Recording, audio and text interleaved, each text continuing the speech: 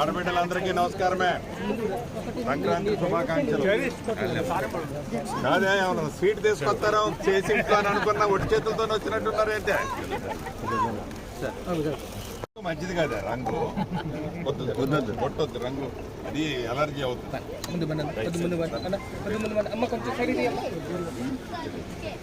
తోబుట్టులందరికీ నమస్కారమే. నమస్కారం రా.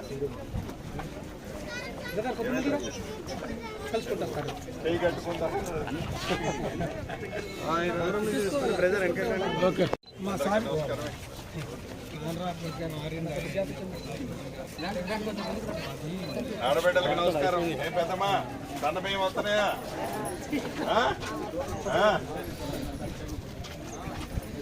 తోబుట్టులందరికీ నమస్కారమే.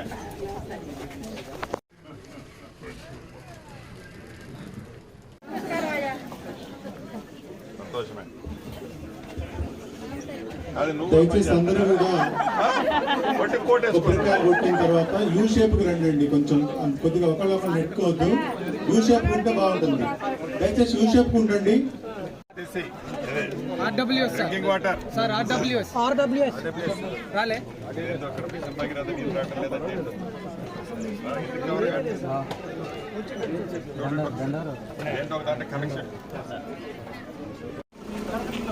Current bill ఉండేవరా ఏంటో చూస్తా, మొన్నేదో బిల్లు ఎక్కువ వస్తుంది.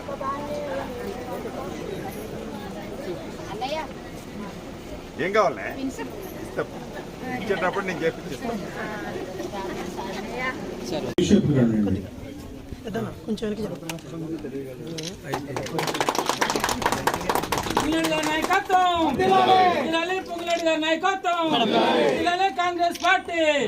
సంక్షేమ కార్యక్రమాలు ఏవైతే ఇచ్చిన మాట ప్రకారం ఆడబిడ్డలకి ఆర్టీసీ బస్సులో ఉచిత బస్సు ప్రయాణ సౌకర్యం, 200 యూనిట్లు ఉచిత కరెంటు ప్రతి పేదవాడి ఇంటికి. దేశంలో ఏ రాష్ట్ర ప్రభుత్వమో పేదవాడి ఆకలి తెలియక సన్నబియ్యం ఇచ్చిన సందర్భం లేదు. ఈనాడు తెలంగాణ రాష్ట్రంలో ప్రతి పేదవాడికి పెద్దోళ్ళు తినే సన్న బియ్యాన్ని పేదవాళ్ళకు కూడా ఈ ప్రభుత్వం ఇస్తుందన్న సంగతి మీకు తెలియంది కాదు. ఆనాటి 10 సంవత్సరాల పరిపాలనలో పేదవాడికి రేషన్ కార్డు కూడా ఇవ్వాలనే జ్ఞానం ఆ ప్రభుత్వానికి లేకపోతే కొత్త రేషన్ కార్డు ఇవ్వటమే కాదు, పాత రేషన్ కార్డులో కొత్త పేరు కోడలు వచ్చినా ఇంకా ఎవరొచ్చినా ఇంటికి ఆ పేరు కూడా పాత రేషన్ కార్డులో పేరు చేర్పించిన ప్రభుత్వం మీ దీవెనలతో ఉన్న ప్రభుత్వం.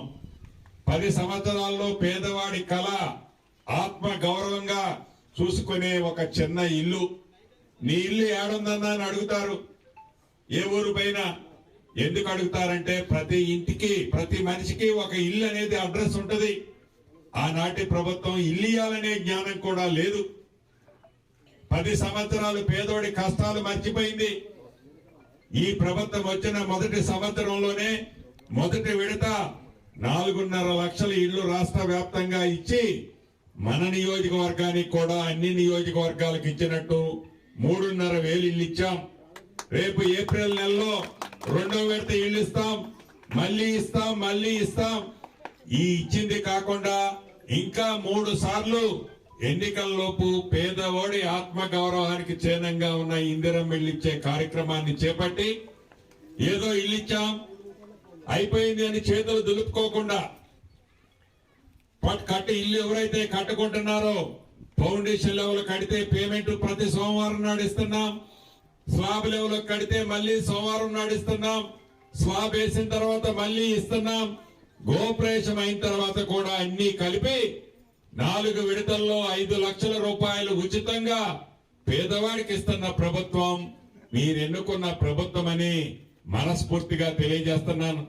అంతేకాదు పేదవాడి పిల్లల హాస్టల్లో చదివితే ఆనాటి ప్రభుత్వం సరిగ్గా బువ్వ కూడా పెట్టకపోతే ఈ ప్రభుత్వం గౌరవ ముఖ్యమంత్రి రేవంత్ రెడ్డి గారు వచ్చిన తర్వాత 100కి 40 రూపాయలు ఎక్కువ చొప్పున పేదవాడికి మంచి బువ్వ పెట్టాలని 40% ఛార్జీలు పెంచాం.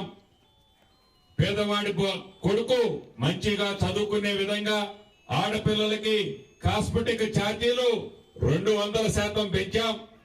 ఇలా రాష్ట్ర ఆర్థిక పరిస్థితి ఇబ్బంది ఉన్నా పేదవాడి పక్షపాత ప్రభుత్వంగా, పేదవాడి ఆత్మగౌరవంగా బ్రతికే విధంగా, పేదవాడి ఎన్ను తట్టి అండగా ఉండే విధంగా గౌరవ ముఖ్యమంత్రి రేవంత్ రెడ్డి గారి నాయకత్వంలోని ఈ ప్రభుత్వం పనిచేస్తుంది, భవిష్యత్తులో కూడా చేస్తుందని మనస్ఫూర్తిగా మీ అందరికీ తెలియజేస్తూ, మీకు తెలియంది కాదు, ఆనాడు ఈ గ్రామంలో కూడా అత్యధిక మెజార్టీతో నన్ను దీవించారు.